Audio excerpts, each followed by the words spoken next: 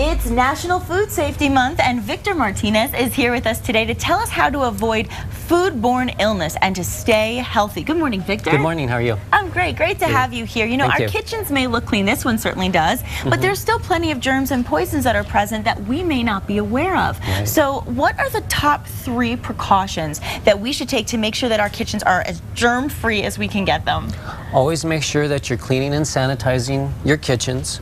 Okay. Make sure that you're always washing your hands. Okay. And of course, make sure that you're avoiding cross-contamination between raw and ready-to-eat foods. Ooh, okay, so those are the general ones, so let's break it down a little bit. Let's talk about the hand washing first. When should your hands actually be washed?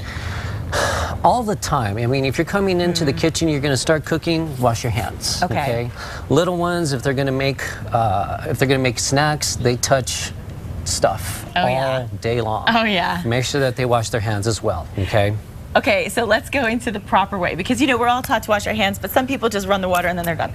So tell us the right way to do it. Well, when you're washing your hands, you know, obviously pull up your sleeves, try and run the water as hot as you can stand it, get soap, okay?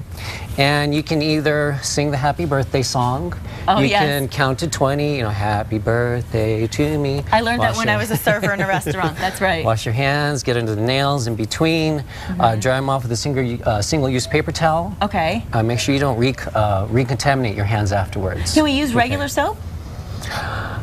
I recommend using a hand washing soap. Okay. Okay. Yeah. I usually keep a little pump right next to my kitchen sink, and right before I make anything, I immediately, it's almost like it's there, so you got to go to it. Yes. And I also like to use antiseptics for my hands. So when should they actually be used? Generally speaking, after you wash your hands, you can use a little bit of it. Okay. It doesn't take the place of hand washing. It doesn't. Okay, that's good to know. You can use a little bit and make sure it dries off afterwards. Sometimes if I go shopping, you know, food shopping, or you go to a big, you know, one of the big stores and you're using a cart, I immediately do the antiseptic. Is that, I mean, so that does not take the place of washing, though, you're saying? No, it really doesn't. It really doesn't.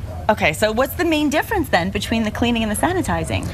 Cleaning is wiping down any areas where you may have anything that you can see. You've spilled some spaghetti sauce. Okay. You spilled, you know, any juice or anything that you can see that, you know, that you can just wipe around. Sure. Okay. So then, what would be the best products?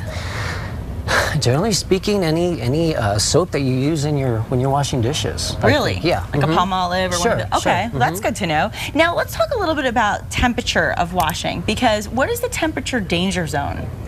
Temperature danger zone is anywhere from 41 to 135. Okay. That's where any bacterias can grow the quickest in food. Oh, all right.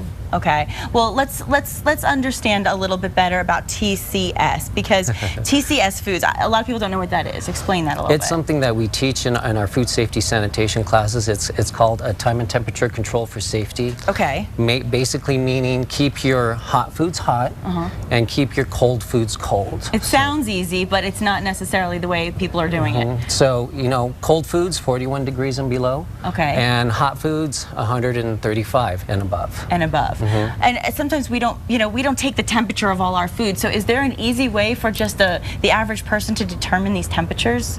Well, generally speaking, you can use a bimetallic stem thermometer. Okay. Which is something that you can purchase at a, they're available, you know, restaurant supply companies, whatnot. Okay. What else? Looking at just generally how your food looks.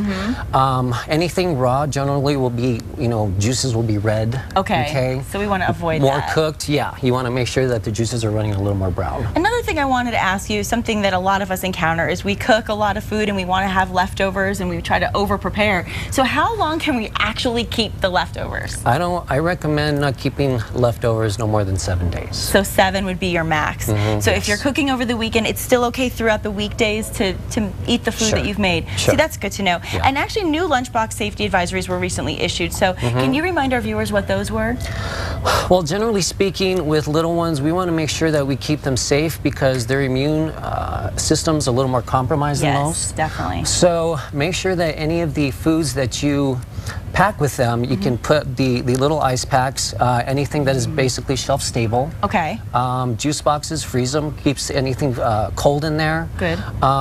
Anything that's not going to go bad over a period of time. Okay. Great advice. A lot of people can use it. Thank you so much, Victor. And we want to let all our viewers know how they can find you and get more information from the New Mexico Restaurant Association. They can call 505-343-9848 or 800-432-0740, and you can certainly go to nmrestaurants.org for more information. Thanks again, Victor, so much. Great info, great detail. And we're not done yet because we are shaping up New Mexico style next. This is going to be a tough workout.